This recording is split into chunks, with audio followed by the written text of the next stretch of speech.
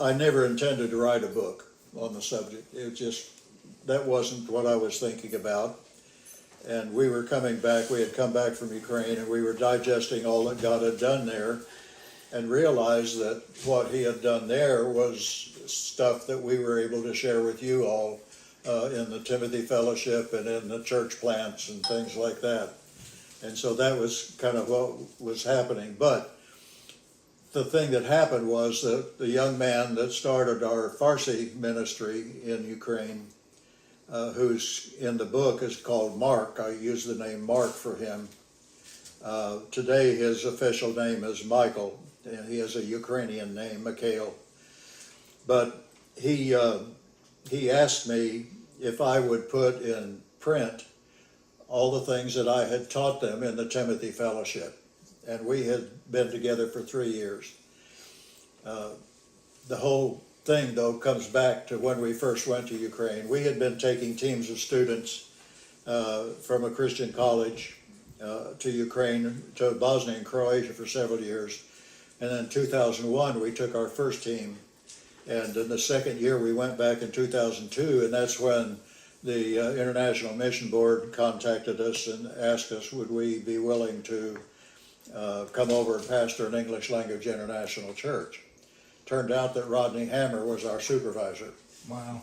He was the director of all of Eastern Europe, seven Russian-speaking countries.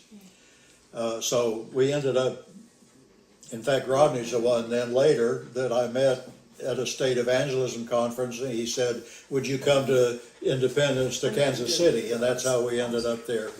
But when we went over, I was given a specific assignment, and that was to transfer or to transition the International English Language Church away from a career missionary into using other people. And there were a couple of reasons for that. One is because the economy had taken a downturn, and so there were some things that were happening, and they were having to take missionaries that were pastoring English language churches, about 50 some odd throughout all of Europe, and take them and put them into indigenous work. And then the other thing was that Southeast Asia opened up, and as a result of that, they were trying to put some of the veterans over in Southeast Asia to open that work up. So my job was to transition the church away. Well, one Sunday while we were there, we had already started a Spanish work, and we were in the process of developing that into a viable ministry. But the Lord had really put on our hearts to reach internationals, particularly university students, because there are 300 colleges and universities in the city of Kiev, and there were, of course, it was the nation's capital, so you had about 125 embassies and consulates that were there. And so it became an ideal place, and there were English speakers, expats, and others from all over the world. And so our goal was to try to develop something. Well, one Sunday, we hadn't been there but just a few months when a young man, dark-skinned young man came in. We knew he was from the Middle East immediately, and he spoke fluent English. But he was 16 years old, and he was a university student, had just come to Kiev just a few months earlier. I was really impressed with him. He had a terrible stuttering problem, so it was difficult to carry on a conversation. And while we were in the process, I thought, you know, he needs to be mentored in some way, but I didn't know what to do because I was real busy. Well, in the meantime, we had an ESL program that was 5 levels deep. We had from beginner all the way to professional, and Joanne directed that. And after our ESL classes, we had optional Bible studies for people that wanted to stay, wanted to come and study the Bible. And I led one where everybody spoke English. And I would have anywhere from 40 to 60 people every Tuesday night that stayed stayed for an extra hour, hour and a half to study the Bible. And he started coming to that. So he's attending our services on Sunday afternoon, and then he's coming to that Bible study, and I realized he really needs somebody, and I didn't have the time really to personally mentor and disciple him. So I contacted one of the young men who'd been on a couple of our earlier trips there, or teams, and asked Jason if he would be willing to mentor him. And he just jumped at the chance. And so they got to spending time together, and everything was great. He was growing, and they had developed a very close friendship, which they still have to this day.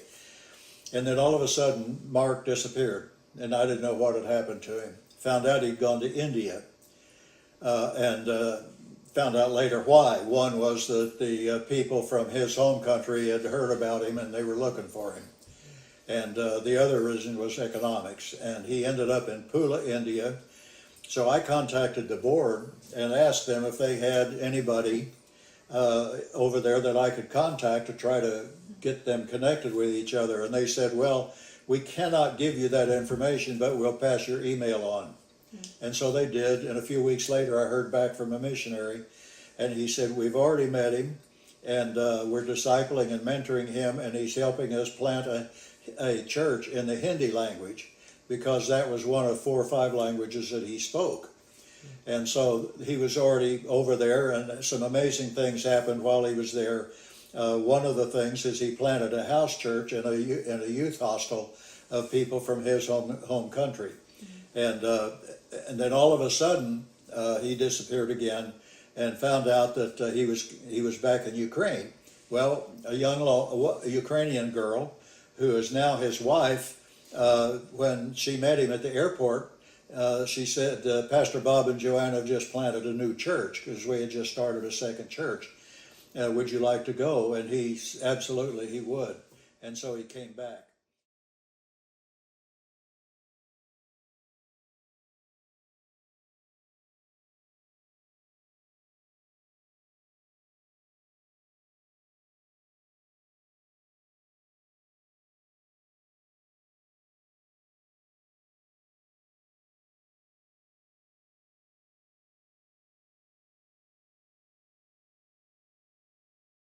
So that's what his background was like. I started meeting with him in the second church, because the second church that we planted specifically to reach internationals. And within the first 2 years, we had ministry in 7 languages. So it was really quite an amazing thing. We still, even to this day, we just feel like we kind of tagged along as a spectator and watched what God did, because none of this would have been possible, humanly speaking. But I started meeting with him and another guy who in the book is called Victor. And I would meet with them on Tuesday afternoon, and I would teach them from the Bible or whatever the topic was. And then whatever I taught them on Tuesday, they turned around and taught to their group of guys on Thursday evening. And one day he came to me and he said, there's a guy in my class that I know, I haven't slept for 3 nights, because I know this is a guy that I'm supposed to talk to, but I'm afraid to do that because they have spies everywhere. And but he did talk to him, and they got acquainted, became friends, and they just go out and spend time 2 or 3 times a week over coffee, and they would talk about stuff. And finally, one day, as they were getting ready to part ways, Mark asked the question. He said, is there anything else that I could help you with? And the Victor said, Franco, he's Franco in the book. And Franco said, well, if you can help me find God, you can. And so Mark introduced him to Christ. He became a follower of Christ, and his first question was, now what do I do? And Mark said, go tell someone what I just told you. And so he did. And he went and talked to his roommate, who in the book is Marco. His name is Marco in the book. It's easier if you could just use their real name. And so Marco became a Christian, and so Franco said to him, when he asked, well, what do I do now? And he said, well, go tell to someone what I told you. So he told his girlfriend, Helen, in the book, and Helen became a Christian, come to find out that her uncle was a pastor in an underground church. But anyway, so in a period of 2 months, we had salvations 4 generations deep, and we had leadership development 3 generations deep. It's built on 2 Timothy 2:2, where Paul said, the things you've heard from me, among many witnesses, you commit to others, faithful men who will teach others. So you have 4 generations right there. And so we started meeting, and in the meantime, then I started meeting with the Timothy Fellowship. I had 14 guys from 6 countries that we met with every week. But this particular one, I don't have time to tell you about the other guys and the other ministries. Joanne did an Esther Fellowship with young women. But what I would teach them then, Mark rather, and the other guys were passing on to others. Well, their group began to grow, and so they ended up opening up social media platforms. And I don't know which ones, some of them don't even exist anymore. But they started getting these contacts from people all around. There was one, I remember a couple of them that came to faith in Christ, and they were having militants like people from the Taliban and ISIS and this, that, and the other that were coming to faith in Christ, even commanders and their whole families through this social media. And so they just continued to grow. And at one point, when this one particular social media platform opened up in Afghanistan, within 3 weeks they had 125,000 inquiries. I mean, it's just boom, just crazy stuff. And so at one point there were tens of thousands of people that were watching in that language all around the world. They had, the last I heard, they had followers in more than 30 different countries that were involved in this. In that process, though, one of the guys that they had become a part of their leadership, his wife was a film producer for a Christian satellite television network that had their studios in Kiev. And so they said, well, let's do some videos. And so they started doing 5 to 8 minute videos. And the reason for that was because these people around the world could get on to the web and they could watch that video and get off, and if they could do it in less than 8 minutes, the likelihood of their being discovered would be remote. And so they wanted to max out at 8 minutes. And so that was what they were doing. Well, one day, the director of that television studio ran in, because this guy's wife, as I said, was a producer in that network, in that studio. And so the director, who was a friend of ours, ran across one of the videos, and he said, would you, and he looked at it and he said, would you guys be interested in having some airtime on satellite? Because all they'd been doing was through social media. And they said yes, and so he gave them 3 hours a week of free airtime, $250 a minute. And he gave them 3 hours a week to be able to teach and to preach and to share the gospel. And at the peak of that, they were broadcasting on this major Christian network between 5 and 10 million people every week. And I mean, it just blew our minds where this all developed, And it started out with meeting, one 16-year-old kid that couldn't hardly talk. And all of a sudden, this whole thing has exploded. And so to make a long story short, he ended up, when we came back to the States, we continued to meet with the Timothy Fellowship and the Esther girls on Skype video. But Skype became the connections were so horrible that after 2 years we quit. So what Mark did then was he asked me, would you write a book that I can translate into my language, that you and include in it everything that you taught us in the Timothy Fellowship? And so I did. I wrote about 5 chapters, and then it got pushed on the back burner for a number of years.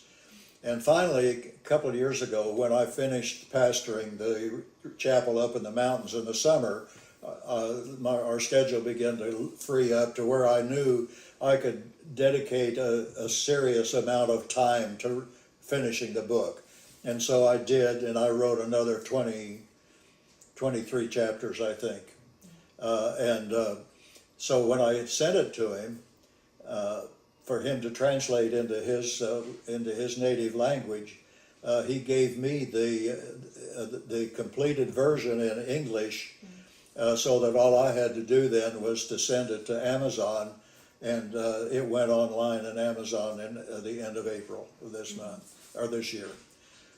In the meantime, Mark's business, during that time, and I have skipped part of this, but during that time, Mark and his wife, who between them spoke about 8 or 10 languages, they created a Christian translating company. Service. He likes to. Service, yes. Service. It's a service, not a company.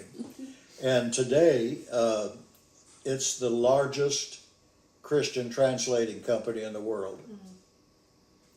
And they have a network of over 1,200 Christian translators, voiceovers, sub-dubbers, proofreaders, typesetters, all of this scattered all around the world. They do it all on the internet. And he currently still lives in Ukraine, where his company is headquartered. And they translate into over 230 languages.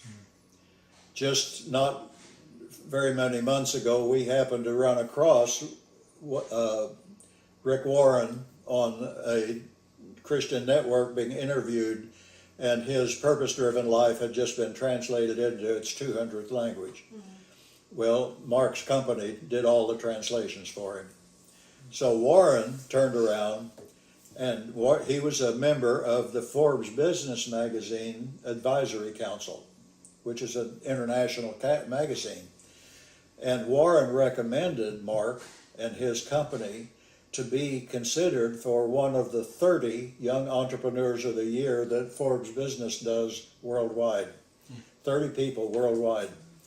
And so Forbes contacted Mark and said, you may not know this, but when we checked all of your different outlets that you have, you get an average of 53 million hits a month. You know. That's significant. Yeah. And so what I wanted to do was to give you guys a copy of the book, because even though you may not understand it, when Joanne and I look at the big picture, you all were a really big part of the book coming into reality, because we were able to test out some of those same principles here after we'd come back. And it was sort of like a solidifying process, so that when it came time to write the book, I was able to go back through just some of the stuff that we did here, that we'd also done there, and say, this is stuff that needs to be in the book, you know. The book is not a how-to, it's not a methodology book, it's a principle book. Yep. Where, you know, the principles are the same. I know John Maxwell was famous for talking about how the principles are always the same, regardless of the culture, regardless of the era, the principle remains the same. It's only the methods that change. And the methods depend on on the culture, depends on all the background of the environment, you know. And I was talking with a guy a couple of days ago about when I pastored in Iowa, and the church I went to pastor there had an old beat-up school bus that was faded yellow, held together with rust, and had a downspout for an exhaust pipe. And they were wanting to go into the nice neighborhoods and bring kids to Sunday school. And it didn't take long for me to convince him, if you're going to do that, you're going to have to do something different, you know. But anyway, so that's kind of the story of and what I wanted you guys just to hear the background, because a lot of this I couldn't put in the book because of security reasons, and that's why I had to change the names in the book. But all of the people that I mentioned in the book are very real people that are still involved. Mark and his wife, by the way, the girl that met him at the airport, she's his wife. They have 2 wonderful children. I just had a Facebook message from them yesterday where they posted they're in Spain on holiday right now. Oh, they could have Sunday while they're there. They're just there. Yeah, but so he's there. Mark is in Ukraine. I think they did let's see. translation stuff. Victor is in Hamburg, Germany. Cindy were doing it. Franco is I think in his translating thing helped him with some. Frankfurt, Germany. Another, Matthew is in Florida, and he's doing a network, working with American pastors and developing a network of ministry to his language group, and doing the same thing. But the thing about it is that the things that I taught them, they're doing it. They're just doing it, like you mentioned earlier, Heidi, the be, have, and do. You know, and that's not even in the book. But it's the idea that the stuff was reproducible. And a couple of the things that really have come to my attention since I wrote the book, one is I think there are two events that took place. In a way, I almost resent the fact that of the type of church model that we inherited. And it was our ancestors all that inherited it. The two things that I think happened that changed the course of history for the church, not for the good. One was when Constantine, in the 4th century, when Constantine legalized Christianity. Because when that happened, up until that time, people had been meeting in homes.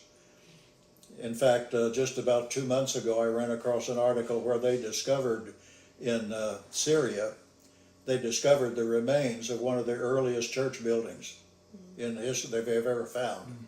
Prior to that, it had only been up through the Byzantine era.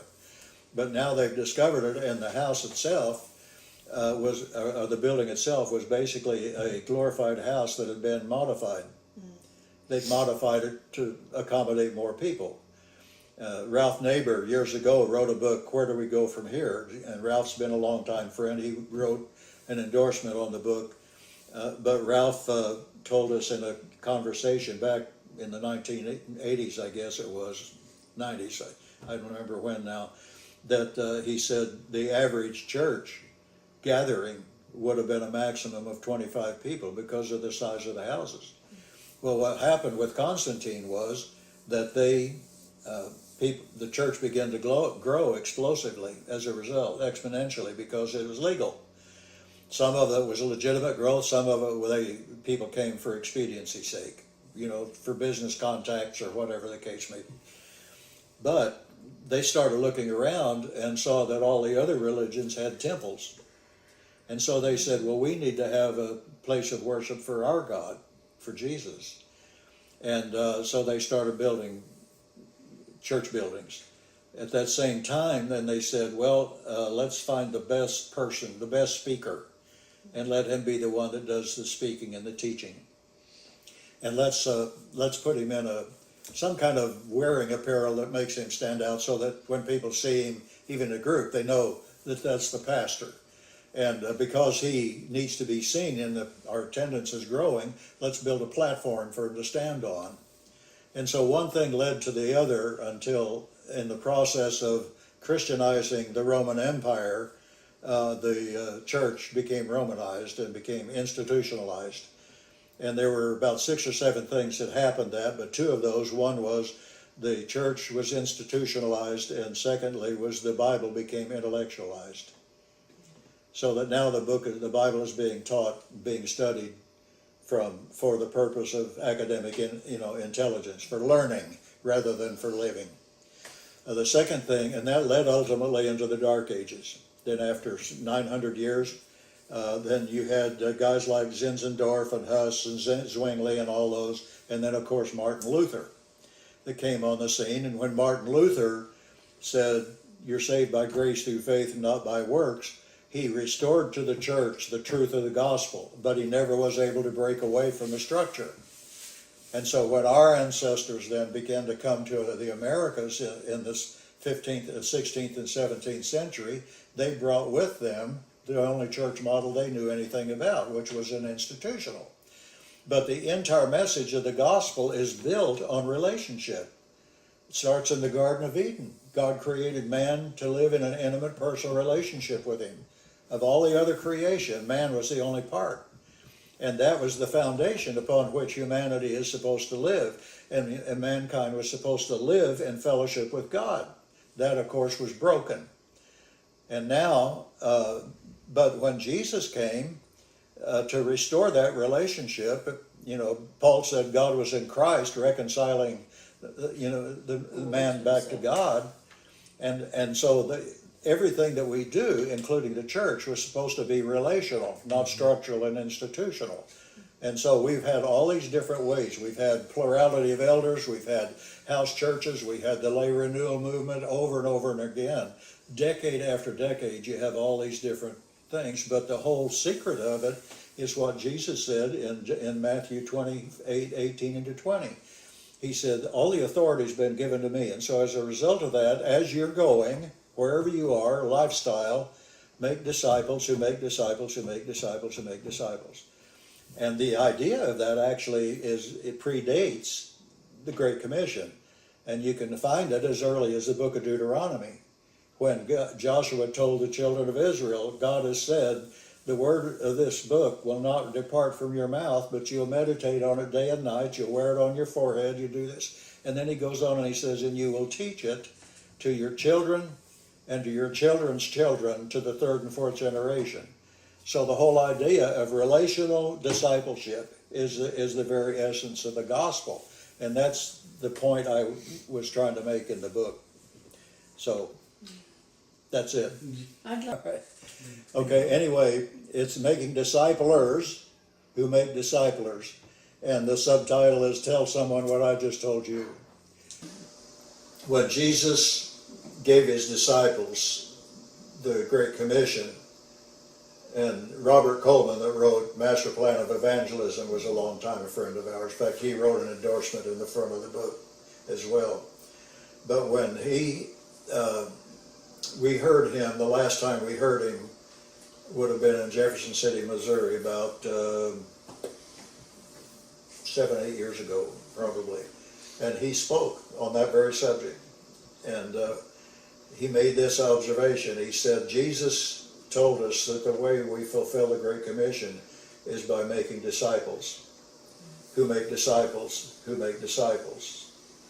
And he said, he told us if we will make disciples, he will build his church.